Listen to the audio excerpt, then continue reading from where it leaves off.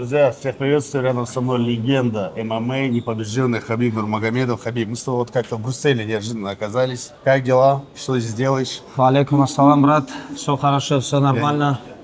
Вначале салам тебе не дал, ты интуиция. Ну, это алейкум салам. Ну, это потом ты можешь вставить. Чем ты занимаешься в Брюсселе? Прилетели по делам. Да. Случайно тебя нашел, и, как обычно, ты со своим телефоном, своим оператором, да. Куда со своим я без него? оператором не мог отказать. Часто бываешь на футболе в Европе, постоянно на матче. Куда ты планируешь сейчас посетить футбол какой-то? Да, я буду на матче Астон Вилла Пари Сен-Жермен. Я отсюда полечу. И все, я думаю, что в апреле это достаточно будет. К ММА вернемся. Петр Ян недавно вызывал на бой Умара. Умар даже ответил сторисом, сказал, что да, let's go в Абу-Даби. Что ты думаешь насчет этого? Как бы вот этот бой нужен им? Я думаю, люди, когда говорят про Абу-Даби, они думают, что это октябрь. Да.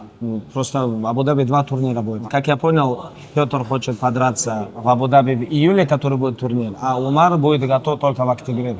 Потому что ему сделали на руку операцию, и в июле это невозможно. Что я насчет этого боя думаю? Я думаю, что это очень высококлассный бой, очень серьезный бой, серьезное противостояние для обоих бойцов. Они оба на таком, любая победа их может приблизить к титулу. Да. И им обоим нужна победа друг на друга. Я думаю, что для российских болельщиков это будет очень серьезный, хороший бой, как для зрителей. Я бы на этот бой с удовольствием посмотрел бы, но Умар сможет подраться только в октябре. Если Петр хочет ждать, он может подождать. Если он хочет в июле подраться, то это за ним. Принципиальности нету, как бы, что это именно Петр может быть. Для меня лично нет. Для них я не знаю, потому что их же Умар и Петр зовут, меня чуть по-другому зовут. Так что, Ты как старший этой индустрии. Я бы посмотрел в это. Я, допустим, как фанат из России не хотел бы этого боя, потому что... Почему я хотел бы? Наоборот, как фанат из России я хотел бы. Есть только 2 представителя у России в этом весе, и они оба в топ-5. Почему они не могут подраться? Но как будто это только чемпионский бой должен был быть, нет? Ну это вообще было бы вишенка на торте.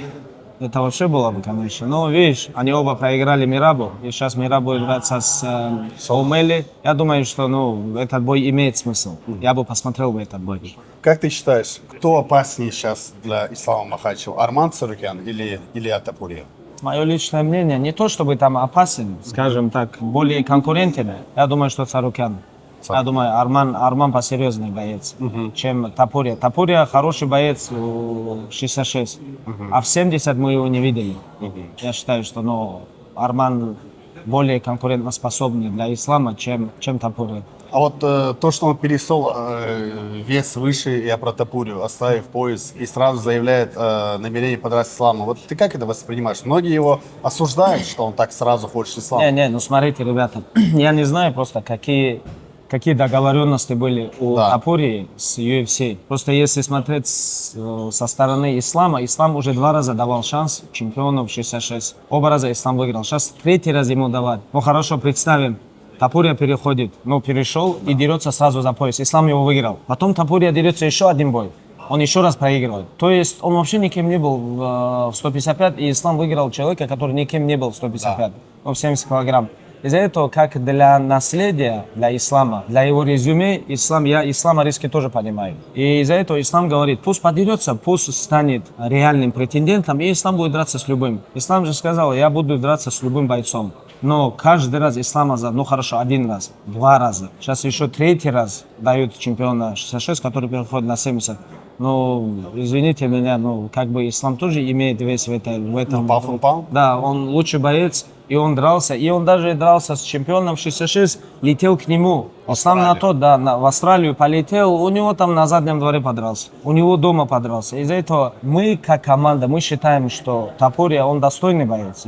Он чемпион, защитил пояс, выиграл очень серьезных ребят. Но эти все ребята, которые были в 66, даже тот же самый Холлоуэй, которого он выиграл, он перешел на 70, он ничего не сделал. Из-за этого нам нужно, чтобы исламу тоже немного осталось. Если так посмотреть, исламу скоро 34 будет. Но ислам тоже хочет драться не с Топурьей и с Волконовской, или который вышел на замену с Майканом. Ислам хочет драться с большими именами, которые заслуживают, которые давно уже в 70 килограмм. У нас как бы ничего личного нет, но, пожалуйста, если ты переходишь вес, заслужи. И у нас примерно вот такая позиция.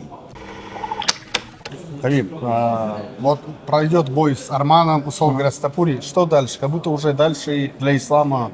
Ну, ислам хочет всем совсем подраться. Но мы там не можем драться так, как там Белял. Для нас близкий человек. Из-за этого мы не можем менять отношения на пояса. Но мы так не делаем. Те люди, которые нам это предлагают, они, конечно, на это не смотрят. Но из-за этого у нас взгляды расходятся здесь. Мы чуть-чуть по-другому на это смотрим. Если был бы Мадалена чемпионом, конечно, ислам уже дрался бы с ним. Ну, как я понял, UFC ждет майский турнир, где Белял и Мадалена будут драться. Но я лично хочу, чтобы выиграл Белял. Всей душой желаю этого. Но если выиграет Мадалена, я думаю, что UFC могут исламу афер сделать с Мадаленой на 77. Брат, давай вот, если мы заговорим про ислам 77, если вдруг это будет такое, что Белал проиграл, ислам переходит в 77, он сразу будет за пояс драться? Или как ты думаешь, тут тоже должен быть какой-то промежуточный бой? Я думаю, что сразу дадут.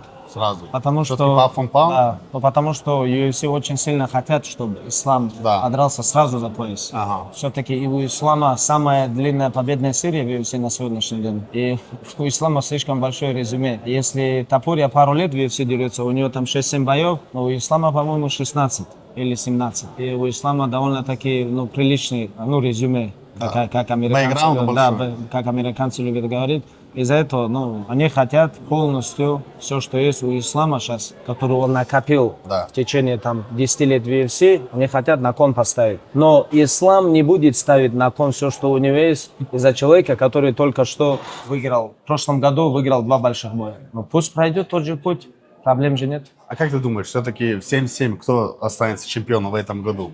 Вот все делают ставку даже на Шавката. Шавкат, Белял, смотри, Шавкат очень хороший. Да. Мадалена очень хорошая. Вот эти 2 соперника для Беляла будут, я считаю, что для него будут такими тяжелыми соперниками.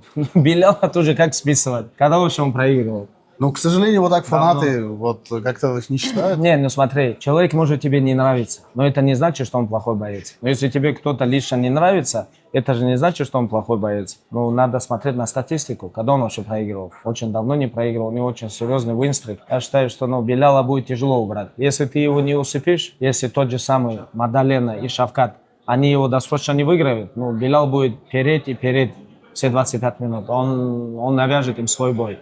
Потому что у него такой стиль. Он постоянно идет вперед, борется, бьет. Выносливость у него очень хорошая. Что, кстати, я даже считаю, что она самая недооцененная в ММА на сегодняшний день. У Белала? У Белала самая лучшая выносливость в этом весе, это точно. И вообще у него может быть, что в UFC одна из лучших. Если не в топ-3, в топ-5 он точно входит. Потому что я с ним сам тоже боролся. Вот с вами это влияет? Не то чтобы, я не скажу, что из-за того, что он с нами тренировался, нет, он сам по себе вот такой пахарь, и у него очень серьезно выносливость. Это самый большой козырь Беляла на сегодняшний день. Кто-то может сказать борьба, кто-то может сказать ударка. Но для меня его самую лучшую сторону, если выделять у Беляла, я считаю, что это выносливость. Последний вопрос, не будем тебя мучить. Кто в этом году станет победителем Лиги Чемпионов?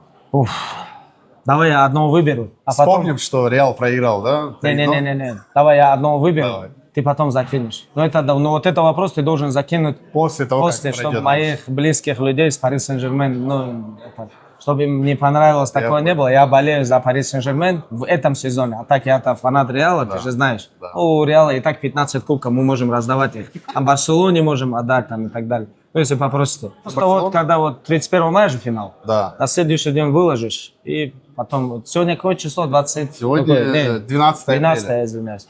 12 апреля, 1 июня выложишь. Я сильно верю. Я надеюсь, что они уже самое недооцененное в этом сезоне. А если не станут, мне не закидывают? Если станут, ты можешь закинуть. Ты такой контент не отпустишь. Я знаю, ты не отпустишь. Все, спасибо. Ты закинь. Все, увидимся.